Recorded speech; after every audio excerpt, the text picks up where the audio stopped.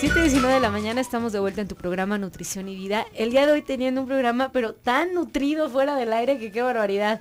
Estamos hablando con el doctor Óscar Martínez, presidente del Colegio de Nutrición Clínica y Obesidad, acerca de el rol que juega la nutrición en la medicina preventiva. Y bien decíamos, antes de irnos al corte, que una de las cosas que hace que tengamos nublada la conciencia es que a nuestro alrededor todo el mundo tiene una situación de salud no resuelta y pensamos que eso es lo normal, porque es lo más común. Pero ¿qué creen? Eso no necesariamente es así. Ya nos definía el doctor antes de irnos al corte qué significa tener un estado de salud o una condición específica que sería la circunferencia de cintura que no te está llevando a un camino de salud, ¿no? Fuera del aire estábamos platicando acerca de todas aquellas cosas que se dicen acerca o que se supone que van a tener que empezar a estar como ley, ¿no? Fuera de bueno, las prohibiciones pues que está habiendo en el consumo o en la producción de alimentos en la industria. Yo le comentaba al doctor que la noticia de que en Estados Unidos se declaró que la industria alimentaria tiene 3 años, un plazo máximo de 3 años para quitar las grasas trans de los productos de bollería y de todo lo que son panes, ¿no? Y entonces, que claro que la industria alimentaria, bueno, puso el grito en el cielo. Y están tratando de buscarle así como que salirse por la tangente. No, es que es importante que yo le ponga este tipo de grasa hidrogenada a mi producto porque no hay justificación, punto. Y yo le preguntaba al doctor, ¿cuándo cree que esta prohibición va a llegar a México? Jamás. Jamás. Y entonces, ¿qué vamos a hacer? ¿Qué vamos a hacer, doctor? Comentábamos fuera del aire que precisamente la solución al sobrepeso y la obesidad no son los medios, no es el gobierno, sino la educación en nutrición o la conciencia nutricional que podamos tener y obtener precisamente en nuestra propia familia. Si hay modificación de hábitos alimenticios familiares, por consiguiente hay una resolución o hay una prevención que precisamente es el tema del día de hoy, cómo prevenir el sobrepeso y obesidad y todas las complicaciones precisamente que vienen con esta enfermedad. Hoy día sabemos que 7 de 10 personas adultas, tomando adulto arriba de 20 años, tienen problemas de sobrepeso y obesidad. Es decir, 7 de 10 personas tienen sobrepeso y obesidad, es decir, son la mayoría. Y como tú bien señalabas, como son la mayoría, creen que tienen la razón. Lo complicado de todo esto es como al vivir en una sociedad obesogénica y diabetogénica, los hábitos son precisamente para formar diabetes, para formar obesidad y para formar enfermedad. Me decía el otro día uno de mis pacientes, de verdad, bueno, ya lo puse de ejemplo creo que la semana pasada, pero es que estoy muy impresionada de cómo sigue teniendo tanta inconsciencia del asunto. Por esta razón, ya tiene, digamos que 6 meses, estamos tratando de educarlo desde los últimos 6 meses. Es de los pocos pacientes con los que me ha costado tanto trabajo, pero es el común que encontramos en ciertos grupos de población. Y entonces me decía que había empezado con la idea de estar saludable, como que va y viene, ¿no? Con que a veces se compromete y a veces no. Entonces me dice, no, es que ya fui y me compré mis barritas de amaranto, ya fui y me compré mi cereal con fibra, ya fui y me compré, quién sabe cuánta cosa se había comprado en el súper, porque en su cabeza era saludable, ¿no? Y entonces, a la hora que empezamos a revisar etiquetas y a la hora que empezamos a revisar todo lo que se había comprado, todo tenía azúcar y unas cantidades inaceptablemente altas de azúcar. La cara de sorpresa creo que fue lo que más me sorprendió en el paciente. ¿Cómo no se había dado cuenta que lo que estaba comprando era realmente impresionantemente alto en azúcares y que es algo que en su consumo diario no lo va a dejar bajar de peso, ¿no? Y entonces tenemos que aprender que la industria alimentaria le importa un pepino nuestra nutrición, ¿no? Nuestra salud inclusive. Entonces tenemos que hacer esto, doctor, que usted nos dice, educar. ¿Qué es lo que vamos a hacer con el paciente para educarlo? ¿Por dónde empezamos? Bien, primeramente el paciente lo que tiene que hacer, ¿sí? Lo que debe hacer primero el paciente es tener el deseo de tener un cambio en el peso. Un paciente que no desea tener el cambio de peso es sumamente difícil el tratamiento. Un paciente que ya aceptó que tiene sobrepeso, que tiene obesidad, de alguna u otra forma es más fácil. Aunque modificar hábitos alimenticios sanos, de hábitos deficientes a hábitos sanos, es sumamente complicado. Sumamente complicado porque muchos pacientes traen la idea de que le vas a modificar el peso de la noche a la mañana. cuando esto es un proceso de vida. Y la intención no es poner a dieta al paciente, sino establecer hábitos alimenticios sanos. Si un paciente tuviera precisamente o aceptara la modificación de hábitos alimenticios sanos, nunca más estaría a dieta, nunca más. Pero yo quiero bajar 5 kilos, doctor, porque el viernes tengo una boda. Sí, pero pasando la boda los va a recuperar porque precisamente hay muchos factores que van a hacer que subas de peso y dentro de esos factores son factores genéticos, factores emocionales. Habíamos comentado la misma sociedad, como vivimos en una sociedad obesogénica vas a perder los 5 kilos pero posteriormente los vas a recuperar. La historia natural de la enfermedad llamada obesidad es que todo paciente que tiene sobrepeso y obesidad, si no se cuida de por vida, va a recuperar todo el peso que perdió y va a seguir subiendo de peso. Y vamos haciendo hincapié. ¿Por qué los va a recuperar? ¿Por qué? Bien, porque aquí la cuestión es la respuesta metabólica que tiene el paciente. El problema en sí no es la comida. Tú y yo podemos comer lo mismo, pero a lo mejor tú puedes estar delgada y yo puedo tener sobrepeso. La respuesta metabólica significa que lo que como, ¿qué respuesta es lo que me va a dar a mí? Sí, es diferente la respuesta metabólica que tiene la misma comida en diferentes personas. Y entonces esa respuesta se llama que el sobrepeso y la obesidad son enfermedades crónicas. Eso quiere decir, y escúchenlo muy bien, no se quita, se controla. Y entonces si tu amiga está flaca y tú no, quiere decir que ella no está enferma, tú sí probablemente. Así ¿sí? es. Y es en la aceptación de la enfermedad donde vas a poder entender que tu problema lo vas a tener que controlar por el resto de tu vida, ¿sí? Y eso no quiere decir que toda la vida tengas que estar a dieta, sino en la modificación que bien el doctor nos hace hincapié, en la modificación de los hábitos saludables, ¿no? Le decía yo, doctor, que el otro día nos hizo mención el doctor Gilberto Priego, que le agradezco tanto las enseñanzas que me da, bueno, en el ratito que nos vemos todos los días, me decía es que las prohibiciones absolutas son las únicas que suelen ser, digamos que efectivas para la modificación de algo en la sociedad. Nos ponía el ejemplo del cigarro. Él acababa de ir de viaje, creo que en diciembre había estado en Nueva York o en algún lado donde hacía mucho frío y dice, piensa en el cigarro, Luisa. Dice, el cigarro es algo que se ha tratado de modificar a través de prohibiciones en las cajitas, se le pone la foto del pulmón podrido en la cajetilla, es carísimo y aún así no ha disminuido el consumo del cigarro en la población, punto. Entonces dice, lo que se hizo en Estados Unidos es que se prohibió que se fumara en lugares públicos y entonces la gente empezó a fumar menos, pero menos, nada más. La gente se salía a fumar. La nueva prohibición es que tienes que estar a 3 metros del local de donde estés, o sea, de la puerta, digamos. Eso te saca de la acera. Y entonces ahora la gente está fumando entre los coches. Por supuesto que es menos, pero las prohibiciones absolutas, alguien decía que son las únicas que van a funcionar. Yo quisiera preguntarle si esto se puede aplicar también para sobrepeso y obesidad. ¿Prohibición absoluta? Como comentamos, realmente es muy difícil. Es sumamente difícil porque una prohibición absoluta es modificar de manera radical los hábitos alimenticios en un paciente. Dentro de las prohibiciones absolutas de la información que yo le comparto al paciente es suprimir el azúcar. Sí, puede vivir sin azúcar. El azúcar realmente no es un alimento, es un químico, sí, que precisamente provoca muchas alteraciones metabólicas y sobrepeso. Entonces, una de las modificaciones absolutas es suprimir todo lo que tenga azúcar. Y solamente con suprimir todo lo que tenga azúcar, que son refrescos, dulces, postres, helados, chocolates, bollería, etcétera, solamente con eso, de alguna u otra forma, estamos disminuyendo los índices de sobrepeso y obesidad. Y ojo, hablando de azúcar, estamos hablando de productos procesados. Fíjense bien la cantidad de productos que traen azúcar.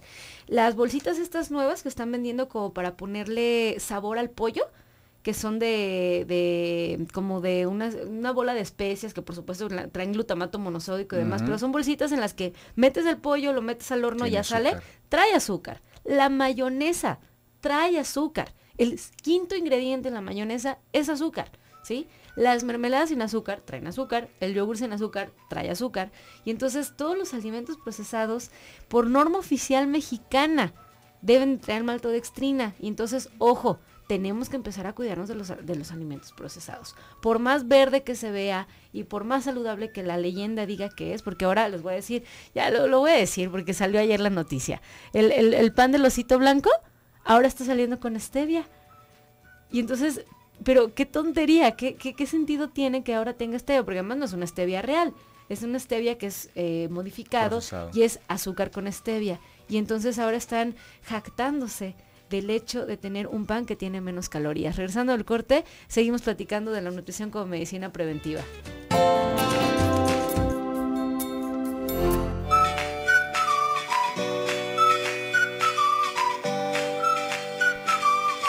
(7:35 de la mañana), estamos de vuelta en tu programa Nutrición y Vida. El día de hoy platicando del rol de la nutrición en la medicina y cómo va a ser que la nutrición tiene que jugar un papel preventivo en la salud de la sociedad. Ya decíamos que las prohibiciones absolutas pueden sí aplicarse en el tema de la nutrición, específicamente con el azúcar, y ya decíamos de dónde nos tenemos que cuidar de este azúcar. Ahora, doctor, mucha gente nos podría decir, el argumento que con mucha frecuencia encontramos en los pacientes es: Luisa, pero si el azúcar lo necesitamos para vivir, ¿qué le puede decir a estos pacientes? Bien, el azúcar que realmente necesita nuestro cuerpo son azúcares 100% naturales que vienen en las frutas, en las verduras y en los propios alimentos. El azúcar que se consume, el azúcar refinado, es un azúcar que realmente es tóxico. Es una sustancia tóxica para el cuerpo, de tal forma que eso es lo que nos va a provocar sobrepeso de manera evidente y también obesidad. Estamos hablando de azúcares agregados. Azúcar agregado. Del bueno, del malo, del amarillo, del verde. No importa que sea no azúcar refinado, azúcar moscavado, etcétera. No importa la marca, si es azúcar, quítelo de su mesa. Así de fácil, así de fácil. Bien, doctor, ¿qué otras cosas con respecto a educación vamos a poder aplicar a los pacientes para que de verdad la nutrición pueda tomarse como algo preventivo? Bien, vale la pena señalar que el 70% de las enfermedades metabólicas, tomando como enfermedades metabólicas enfermedades crónicas como la obesidad propia, las enfermedades cardiovasculares, la diabetes, la hipertensión, colesterol elevado, triglicéridos, ácido úrico, entran por la boca. Yo le decía antes de empezar el programa que estaba leyendo un artículo que decía que realmente la manera de matar a una sociedad en desarrollo es por la nutrición. Los países desarrollados ya no digamos que las personas que viven en países desarrollados ya no mueren de enfermedades infecciosas, se mueren de enfermedades crónicas. Es el costo de salud de los servicios médicos es altísimo por las enfermedades que son 100% prevenibles. Otra vez, 100% prevenibles, ¿no? Y entonces, pues entendiendo que las enfermedades crónicas entran por la boca, ¿qué vamos a hacer? Pues precisamente hacer modificaciones estructurales en nuestra alimentación. Le comentamos de inicio que hacer modificaciones en la alimentación es lo más complicado que pueda haber. Establecer hábitos alimenticios sanos en una sociedad obesogénica es sumamente complicado. Sumamente complicado porque cuando el paciente desea perder peso, precisamente la propia familia y la propia sociedad está en contra de esos hábitos alimenticios. Le dice que está loco, y sobre todo hay condicionamientos de tipo personal, de tipo psicológico y de tipo social. Señalabas hace unos momentos el condicionamiento social que hay hacia el azúcar, de que si no consumes productos que tienen azúcar, por consiguiente te va a provocar hipoglucemia o baja de azúcar y te vas a sentir mal y que vas a necesitar tu refresquito de cola para evitar la hipoglucemia. ¿Y es eso cierto, doctor? No es cierto. Muy bien. Entonces, ojo, todas aquellas familias, porque no voy a hablar de individuos, es que es una situación familiar, porque lo escucho en el día a día, no crean que les estoy hablando nomás porque sí, es porque lo escucho de verdad, doctor, al menos 3 veces por día, que me dicen, no, es que en mi familia somos bien dulceros, y es que en mi familia, como ya dejamos el azúcar, pero me estoy tomando así de refresquito. Doctor, ¿por qué una familia puede ser así de dulcera? Para que le quede bien claro a la sociedad, ¿por qué se puede decir que una familia sea así muy dulcera? ¿Qué les puede estar pasando? El ser dulcero es un mal pronóstico porque significa que estás teniendo de manera personal o de manera familiar, aparte del condicionamiento familiar y social, algo que se llama hipoglucemia reactiva. La hipoglucemia reactiva significa que cuando tú consumes alimentos saturados en energía y sobre todo derivados de azúcar, tu cuerpo reacciona produciendo una cantidad impresionante de insulina, provocando hiperinsulinismo y resistencia a la insulina y por consiguiente te da reacciones metabólicas como dolor de cabeza, ansiedad, sudoración fría, ansiedad y compulsión y necesidad imperiosa de seguir consumiendo ese alimento. Es decir, en vez de solucionarlo, te lo va a agravar más, te va a provocar más hipoglucemia. Y entonces, nada de que es que mi familia o fulanito es bien dulcero. No, no, no, no. Ese paciente está teniendo problemas con el azúcar, ¿sí? Porque en realidad, de manera, digamos que el diseño normal del paciente o del humano no necesita esas cantidades de azúcar, punto, ¿sí? Y no, ¿sabes qué? Es que yo cada que me tomo un tantito de refresco me siento mejor. ¿Qué es lo que le puede estar pasando a este paciente, doctor? Precisamente está entrando en una fase de que la alimentación pasa de ser un mal hábito a una adicción y te estás haciendo carbohidrato dependiente o dependiente del azúcar. ¿Qué concepto, doctor? Carbohidrato dependiente. Ese es nuevo, ¿eh? Ese sí no lo había escuchado y me parece realmente muy, muy interesante que exista un concepto de esa manera. Ahora, doctor, la modificación de hábitos, ¿por dónde podemos empezar? Por la voluntad. La voluntad. Bien. ¿Cómo vamos a trabajar esa voluntad, doctor? Bien, la voluntad es inherente a cada ser humano y si tú tienes voluntad de hacer cambios, por consiguiente va a ser más fácil. Si no tienes voluntad, si no tienes el deseo, nadie te puede ayudar. Y ahí la cuestión es de que muchos de los pacientes cuando acuden a consulta van en contra de su voluntad. La voluntad de una persona que tiene malos hábitos es comer y comer lo que quiere, no lo que debe. Y aquí hay una diferencia significativa entre comer y nutrir. Comer es quitarse el hambre y nutrir es alimentar o tener una alimentación intracelular, que es la parte más importante de la nutrición, la absorción de los nutrientes. La absorción de los nutrientes. Y siempre les digo, es que acuérdense que no somos lo que comemos, somos lo que absorbemos. Así es. Porque realmente es muy diferente, pues, ¿no? Bien, y entonces la voluntad, en alguna ocasión, la doctora Laura de la Torre, que es colaboradora fija del programa, nos decía que la voluntad es algo con lo que todos nacemos. Simplemente el cómo decidimos ejercerla es la diferencia, ¿no? Nosotros podemos decidir ejercer la voluntad hacia algo positivo o hacia algo negativo. Y entonces, usted me mencionaba fuera del aire que una de las cosas que se hace en el paciente que está tratando de llevar un plan de alimentación es hacer un análisis de la alimentación. ¿Cómo se hace este análisis, doctor? Platícanos, por favor. Bien, precisamente se hace por medio de una historia clínica. Todo paciente antes de inicio de tratamiento se le debe realizar una historia clínica precisamente para ver factores antecedentes y en base a eso también en la historia alimentaria nutricional que ha tenido a través de la vida y desde qué momento inició con su carrera de sobrepeso y obesidad. Es importante señalar que una persona que inició con sobrepeso y obesidad desde la infancia, por consiguiente es más difícil de tratamiento porque precisamente en etapa de desarrollo las células de grasa no solamente crecen, sino se multiplican. Entonces tiende a ser una obesidad hiperplásica y hipertrófica, es decir, que las células no solamente crecen, que se multiplican y por consiguiente esas células de grasa ya están multiplicadas. Cuando un niño tiene sobrepeso y obesidad en etapa preescolar, ¿sí? Hay el 10% de posibilidad de que sea adulto obeso. Pero cuando ese niño llega a la etapa escolar con sobrepeso y obesidad, llega hasta un 40% de la posibilidad de ser adulto obeso. Y si ese sobrepeso y obesidad lo lleva hasta la adolescencia, tiene hasta el 80% de posibilidad de ser un adulto obeso. Es decir, ese mito de que déjalo que crezca, ya una vez que llega a la adolescencia se le va a quitar el sobrepeso y la obesidad, es un mito. Es un mito, o sea, es imperante la necesidad de que no tengamos pequeñines con sobrepeso, punto. O sea, ya va a crecer, está a punto de entrar, en la adolescencia se estira. No, en todas las etapas de la vida necesitamos buscar que tengan un peso saludable.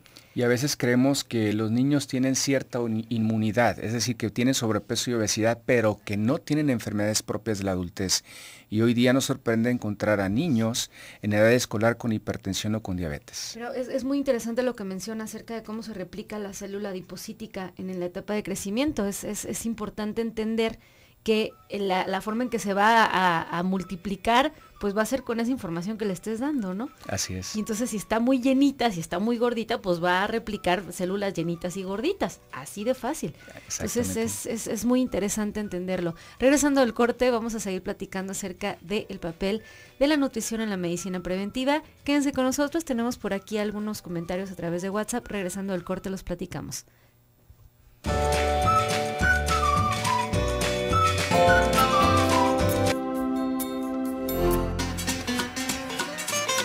7:49 de la mañana, estamos de vuelta en tu programa Nutrición y Vida. El día de hoy platicando de el papel de la nutrición en la medicina preventiva. Estábamos platicando acerca de todos aquellos productos que no van a ser tan sanos. Y entonces yo les decía que acaba de salir, es más, no sé si está ya en Guadalajara, el pan del osito blanco con stevia. No se engañen, por favor, no se engañen, no es un producto que sea sano porque tiene azúcar.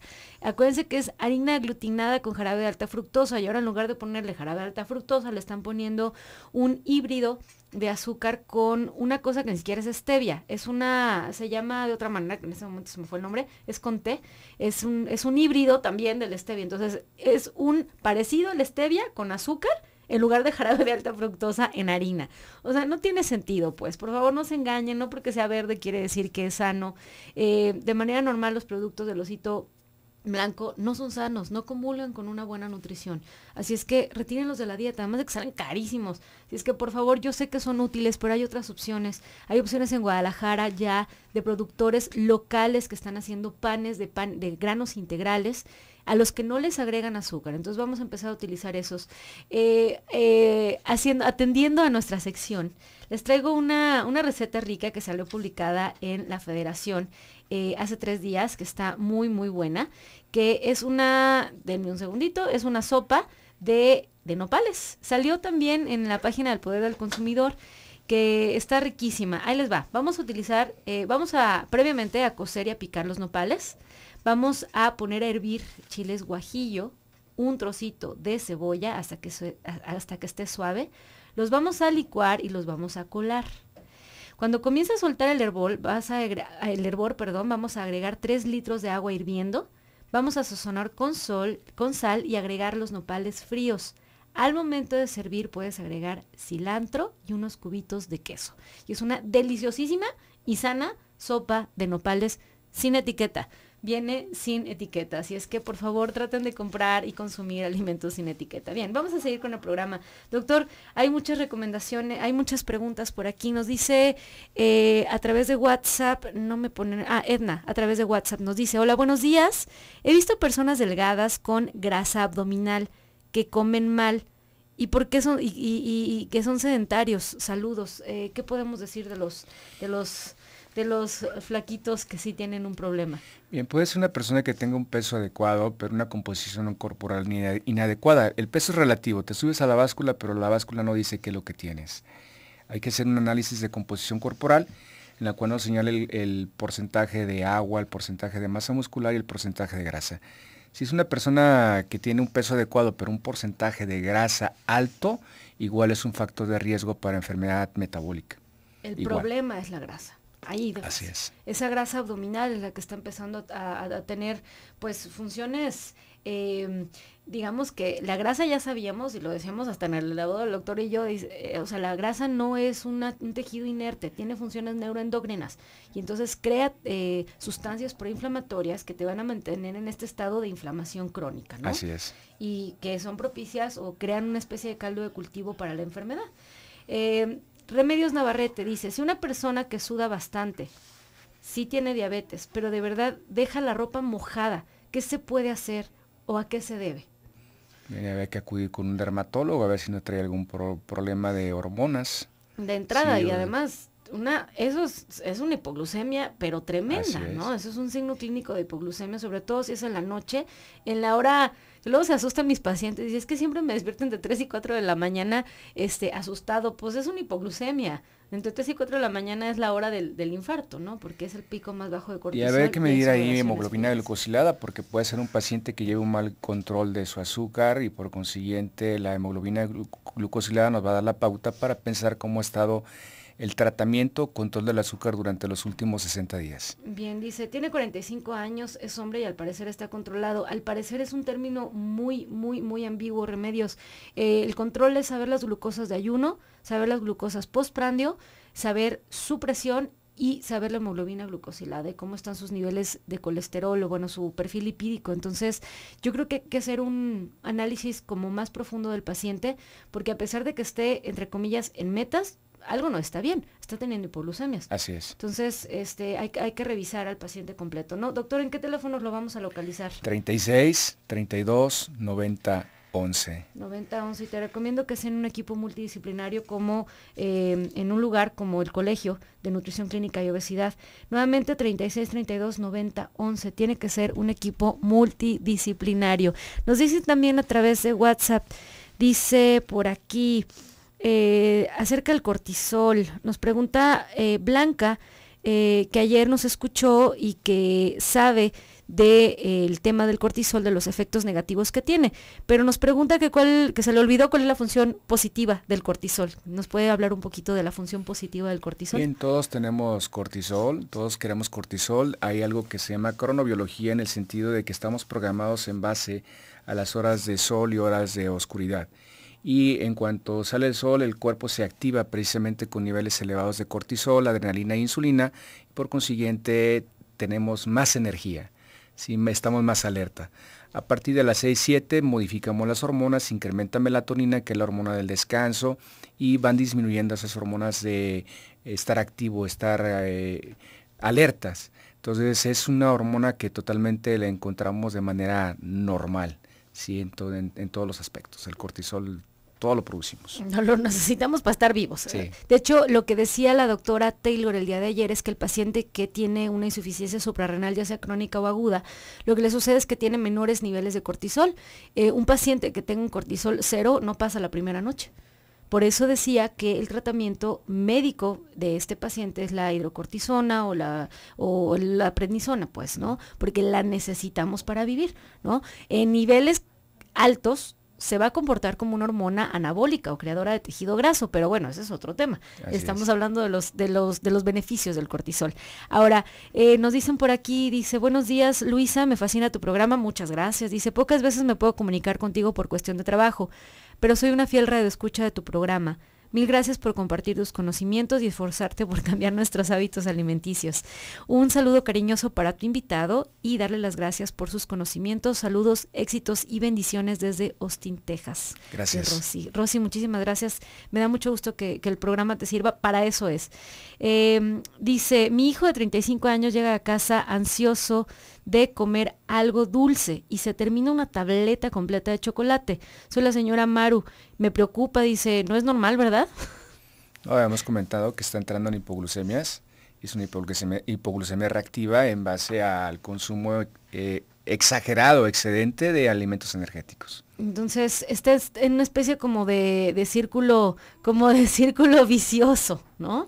Porque entonces, como mucho azúcar, produzco mucha insulina, se me baja el azúcar, necesito más azúcar, y entonces me la paso en esta como necesidad, decíamos, imperante de azúcar. Esa ansiedad que tienes no tiene que ver exclusivamente con una falta de voluntad. Hay una situación fisiológica que seguramente no está arreglada, ¿no? Entonces, doctor, nuevamente, los teléfonos donde lo podemos localizar y un último mensaje que quiera darle a los radioescuchas. Bien, el teléfono es 36, 32, 90, 11, y la leyenda que hemos escuchado de que somos lo que lo comemos es la realidad. Es la realidad. Es de verdad, creo que el mensaje más claro que tenemos que dar. El otro día leía en una página que sigo, que por cierto les recomiendo, que se llama Educación en Nutrición, que me parece gente que es muy comprometida con educar a la población. Decía, es que si somos lo que comemos, no seas artificial, no tengas etiquetas, no estés esponjosito y no seas blanco, ¿no? Entonces, pues sí, pues deja de comer bollería refinada, ¿no?